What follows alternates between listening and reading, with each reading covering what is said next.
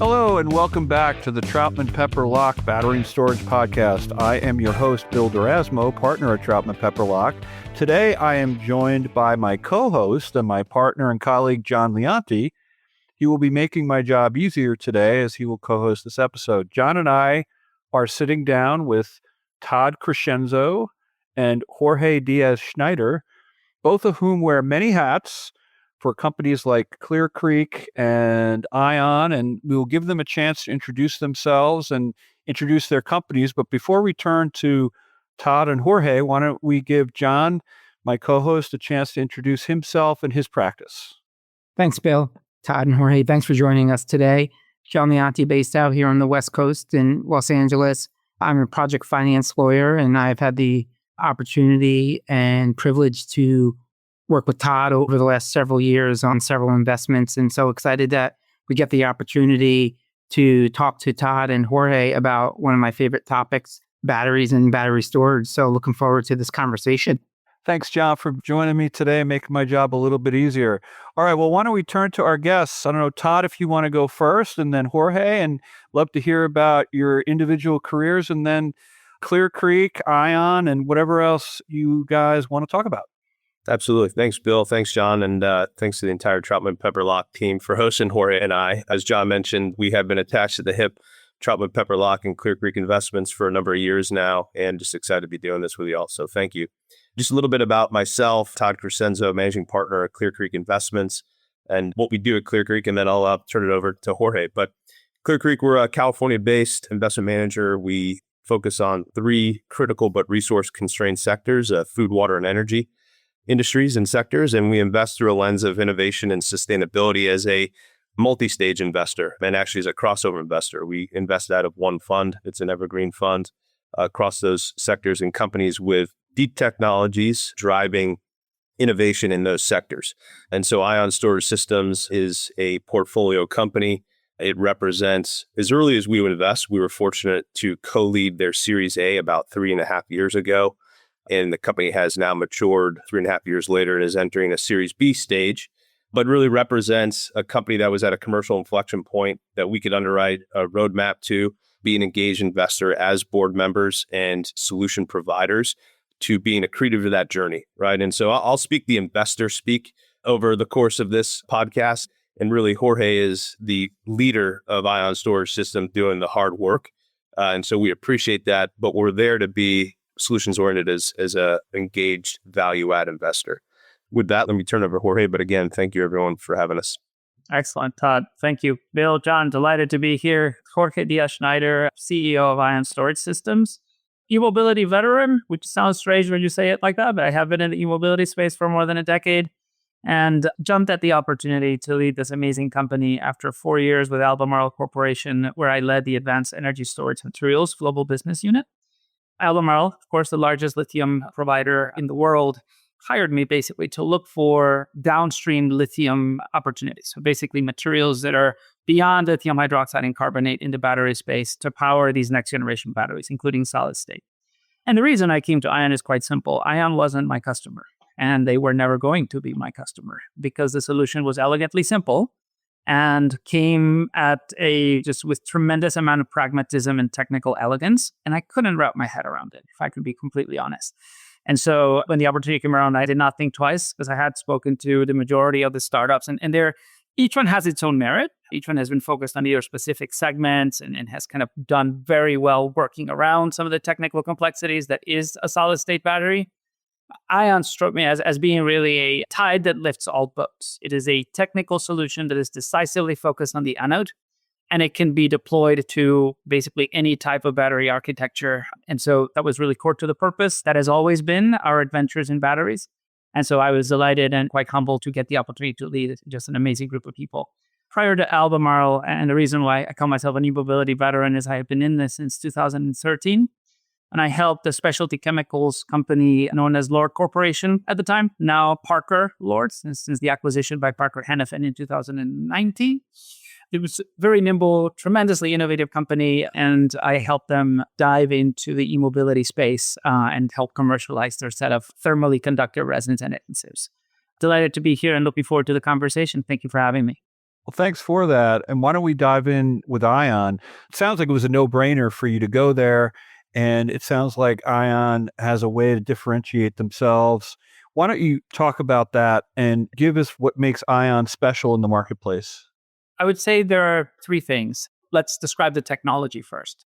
Ion is a ceramic bilayer. It's a solid state electrolyte that, again, is part of the anode solution. And what it is, the concept of bilayer is critical because there are other anode-less technologies out there. So here comes your first misnomer. When we say anode-less, it's basically saying there is no lithium metal in the form of lithium metal in the anode of the battery. And so basically the lithium plates as lithium metal as the cell charges, and it deplates and as the cell discharges. So all your lithium is in the cathode. There is no lithium metal anode on the anode side. The bilayer concept is important because if you take a anode-free battery under those terms, there is only one layer, one dense layer. And what happens is when the battery charges, that lithium metal has to go somewhere. That is why the battery swells, because when it plates as lithium metal on the other side, there is no place for it to go other than to expand the battery. That's in a recent article, the folks from Mercedes described it as the battery breathes, right? So it breathes when you charge it, and then it exhales when you discharge it. The bilayer is critical because what it creates is it creates a micron level porous layer. So if you can think of it as the geometry where that lithium is going to expand is fixed by that bilayer. And it is also optimized. So you basically pair the thickness of that bilayer to the amount of lithium that you have on the cathode, and therefore now you have a fixed geometry. The cell does not swell. So that is the advantage number one, the technology. Advantage number two, this is a ceramic. And yes, there is material science behind the ceramic, but at the end of the day, consider it a dinner plate, right? This is not a lithium metal anode that requires special handling. This is not any type of dangerous chemistry, like any type of sulfidic solid electrolytes, for example, which generate hydrogen sulfide when exposed to the air. That can be highly toxic. It's a very elegant technology in its simplicity in that way. And the third aspect that I would add is that it uses materials that are already at scale by virtue of the other industries where they are used. So if you think of a lithium metal anode battery, for example, in its pure form, lithium metal has been around for a long time, and it has been tried and tested, but it has been tried and tested mostly in primary batteries. So if you think of a primary battery is a single-use battery, a secondary battery is a rechargeable battery. And so an application there, for example, is pacemakers. The primary batteries that go into pacemakers, you put them inside people's bodies, that is a lithium metal battery. The problem is scale. Where we're going in the e-mobility revolution, if you can think about how many pacemakers could you fit in an EV battery pack, I mean, it's thousands of them. So that gives you an idea of the scale that these materials need to come up to really be a viable solution. And while that scale is feasible, it takes time, it's high capital intensity. So that would be the third aspect of the technology that really made it, to use your words, a no-brainer. In that, while there's optimization always with supply chains, it is not that big of a step function when you look at other alternatives in the space. Yeah, and maybe if I could just hop in there on the application of it, right? Because I think there's a lot more technical aspects to Ion's secret sauce, if you will, and differentiating. But what does that enable from like a commercial, practical standpoint? And from an investor standpoint, how have we thought of this as what I would call like a platform technology in both a horizontal and vertical respect? And so the vertical respect is that because you can do a full stack cell, right? That is a end state for a product. And the form factor, based on all the aspects that Jorge just outlined, really give us flexibility to move into different markets, whether that's consumer electronics, energy storage, at the distributed level, grid scale, and or in EVs, in different form factors, literally, size and shape. But then also what is very, very unique is Ion's ability to be cathode agnostic. And that allows us to really be, as Jorge mentioned, designed in as part of the architecture of whatever the end state product is. And so as we think about the depth and breadths of these markets, they're quite large, right? And the innovative solution that Ion provides, it's really quite compelling, And so I just wanted to kind of tie that to really the technical material science differentiators, but where that allows us to, as a company, grow into is pretty exciting. Well, it sounds like a wide breadth of potential applications. And so that's got to be exciting for you guys. Before we go to the market, but there's one technical point I wanted to geek out on for a second, because whenever I hear about ceramics, I think of temperature and I think of the advantage in handling the heat problem, because they use ceramics in space with respect to NASA and space exploration because its ability to withstand heat, right? So I don't know if you want to just address that point quickly. Absolutely. Yeah, you hit the nail on the head. I should have said 4. You're right on, Bill. The operating temperature of the battery is also something that the technology allows to expand. So this is now a battery that I'm sure everybody has seen the warning on your phone when you take it to the beach. I'm heating up. I'm going to shut down. Sorry. And you're basically left without your device. Similarly, if you're in very cold temperatures, your battery discharges almost immediately because of the limitations of lithium ion. That range where the cells cycle happily is tremendously expanded by use of a ceramic electrolyte. So you're spot on. I love it. I love it. So let's talk a little bit more about this range of applications, right? So where's your sweet spot right now, and where do you see the evolution for ion moving? Our sweet spot is we have recently become the only solid-state battery company that has successfully sampled working cells to the consumer electronics space. That is something that is unique to ION. Nobody else has been able to do it. Reason is very simple. Everybody else had to re-engineer the cell to accommodate their technology. So if you need a cell that needs compression, you have these pictures online of springs and boxes and plates to compress the cell in order for the cell to work for a specific, let's say, a sulfidic electrolyte or a polymeric electrolyte, etc. The only application where that can work is in EV, because you have a lot of space. So you can basically use the space for all these gadgets to compress the cell. That's why, quite frankly, solid state was out of reach for some of these consumer electronics applications. And what ION has really, to your point, the sweet spot has been, we have recently launched our working scale cell known as Cornerstone. And we have been able to sample it to basically a significant number of consumer electronics companies. And what that is providing is both validation of the space, and it's been quite, I would say, interesting to have these conversations with these customers, because the first thing they do is they call us and they said, yeah, did you forget the pressure plates? Because that wasn't in the box. And you basically go, well, no, there aren't any. Really? For real? Do you just want me to plug them into my cycle? Yeah, just put them in the channel, right? And so it's been really, really powerful in the span of just 3 months to see this tremendous lift of interest in the space. More importantly, the Swift, this is one validation, right? In parallel, we have been able to also prototype EVs. We're not divorced from EVs, but here's how we did it, because that's pretty powerful. EVs, rightfully so, have been looking for solid state for a very long time. They've invested millions of dollars in their own cells, in their own prototypes. And they've been very open with us. Look, Jorge, love what you're doing, man, but I'm not going to go back and reinvent the wheel here. We believe in the technology that we've been putting together. But guess what? The cell still swells.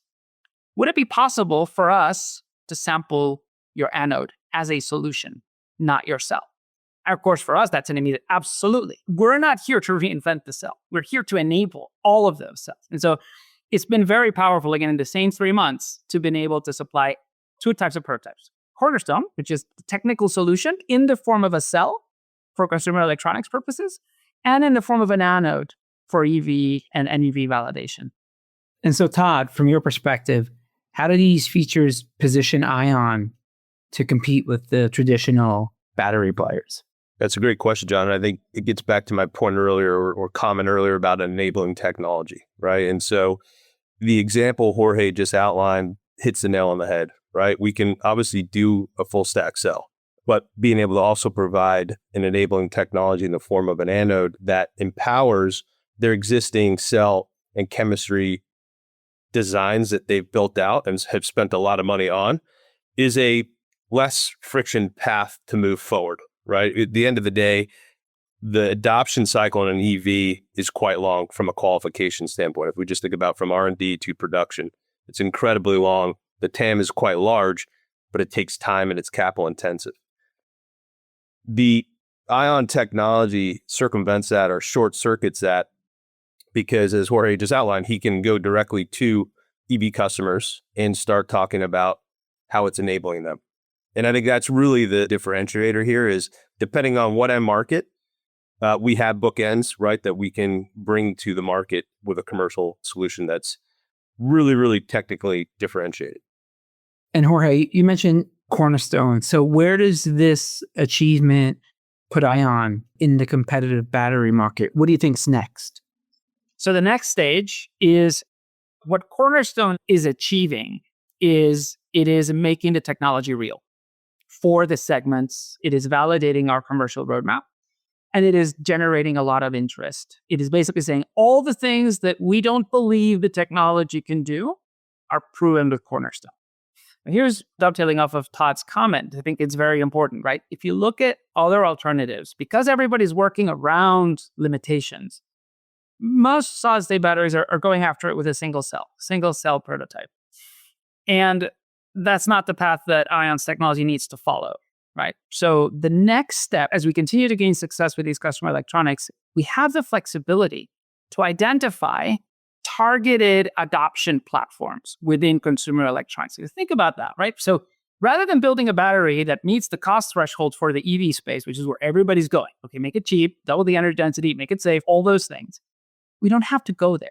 Consumer electronics allows a product diversification that is unmatched in the industry. I mean, these are companies that make anything from a wearable device all the way to AI servers and massive computers and mainframes, right? So the footprint of the battery, the world is our oyster. Some of them was telling us that there's hundreds of cell prototypes that they do on a given year. So that allows a massive opportunity to identify, first of all, high value applications, because obviously that is what you need when you're introducing a technology. Your starting point has to be a use case where the first barrier to entry is not cost, it's performance, right? So that's really the first step. And the second is the nimbleness of that. We're able to say, look, we're going to do a run of 1 million devices by 2028. And the cell that's needed has this footprint. You have a zeroed in target. Oh, it's a battery pack for an EV. Well, what EV? Is it a luxury sedan? What is it? What is the horizon? There's so much that comes with having that targeted volume and application in the near term that really enables that next step in the development. So, long answer to your question, John. Cornerstone validates the technology and opens the door for the next iteration of batteries to not be something that we're going to offer to the mass market, to be something specific for a specific use in a high value application. Maybe I could just build on that a little bit and maybe almost even take a step back and say, what is driving the market to even consider solid state, right? And there's a lot of macro factors and micro factors that are certainly a tailwind to solid state. But then kind of further building off those macro and micro features, if we think about the analog to like the semiconductor space and the journey that an Intel versus an AMD versus an NVIDIA have been on, right? As the cycle changed, right, over the last 50 years, I think it kind of easily is surmised as compute has to go up, right? So for batteries, as compute goes up, consumption of energy needs to go up, and or it needs to be deployed flexibly and in a manner form fitted to the device, right? So, if we take our iPhone, the reason we shut this off at 30,000 feet is not for interference with Starlink. It is because it's a lithium-based battery and there's a safety issue. So that's one issue that we're solving at Ion is there is no thermal runaway. Moreover, as more compute is required out of this phone, there's only so much real estate. And so if your compute footprint is going up, then maybe your battery footprint could be a trade-off to go down. At the same time, they're consuming more power. So you don't really want that, right? So again, you need a flexible form factor and you need an ability to have technologies that can fit into, to Jorge's earlier point, an array of end-state product fits. So as we think about like a NVIDIA, where they started in GPUs for gaming, the end application really changed, even though the core technology was always there, right? And so you have these really sort of Moore's Law moments where there's step change, not incremental change. And it feels like in the battery space, that's where we're at. So a solution that is equivalent in Ion is a very, very powerful combination to the macro and micro factors driving the secular demand. And then also just what are the differentiated aspects that allow that for us to execute at Ion? I don't know that we can get through any news article or podcast or anything these days without mentioning AI. And you kind of alluded to it with the chips.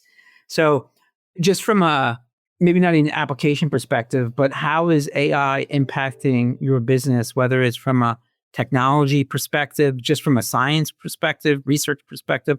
Just love to hear how you're either incorporating or using those tools in your business. Terrific question. The company hosts a quarterly breakfast right after our board meeting, which happened this week as well. So right on cue. One of the things that we highlighted today as one of the achievements of the team is the 26-layer cell was built in 2 weeks, not 2 quarters, not 2 months, not 2 years, 2 weeks from the cornerstone prototype. The only way we can achieve that is we are passionate about what we do, but we're also passionate about data. And so there's a tremendous data science apparatus behind everything that we do. The cornerstone prototypes, the standard deviation of their core performance is 1%. 1%. So the way AI is core to the model is this kind of speeds and innovation can only be brought to life by being truly passionate about data gathering, data intelligence, data science overall. The other aspect where we use that tremendously is in simulations. So a lot of tools out there for simulating cell performance. And then lastly, in quality. A lot of the inspection, if you can imagine, is based on you need to take a look at our ceramic coming out and it has to be pristine. And so a lot of the things are not visible to the naked eye. We partner with world-class companies that have been in the semiconductor industry and that use AI algorithms to analyze high throughput quality checks of our product to make sure that at the end of the day, we can guarantee that very narrow standard deviation as far as cell performance is concerned. The market pull from AI is that, obviously I think as energy experts, we can all appreciate that compute requires more energy and marginal energy production is hard, right? It's very easy with renewables. It's very hard with combined cycle, natural gas, nuclear, et cetera. There are long lead times. And so as AI continues to expand, because all of us are using it more and more often, there's more energy demand. And so, again, back to Ion being architected into devices, if more of the energy is consumed at the device level, I think that is almost like the distributed behind the meter analog, right? If there's more power that can be sourced at the device, it allows for more flexibility upstream at the grid. And so it's a real strong value proposition in terms of everything that AI is pulling forward and around energy consumption. And whether that's at the data center level, the ISO level, it's obviously all related. Todd, I was wondering if I could just shift gears from the investor perspective. How do you separate out the noise, so to speak, from truly valuable, investable, bankable technologies? On this podcast in the past, we've talked about a variety of different approaches, battery chemistries, technologies, everything from vanadium to different forms of lithium ion, zinc, other approaches. And obviously, you're happy with Ion. So just if you could just walk through, how do you sort through all of that when you have an opportunity? I think as most of the time in investing, it depends, right? What is the end market? What is the valuation? What is the technical merits? And so you obviously try to do a lot of that technical work on the front end in terms of diligence. But it starts with what are your core thematics that you're trying to express a view around? And one of the things that's really important to us at Clear Creek is we don't invest in competing technologies, right? We run a very concentrated portfolio. We enterprise build with our management teams, right? And we want to be a value add partner. And so we do a lot of front end work, right? To get comfortable with, I think to your question, sort of the technical merits. And one of the funny things in batteries is I feel like the word chemistry and technology get interchanged.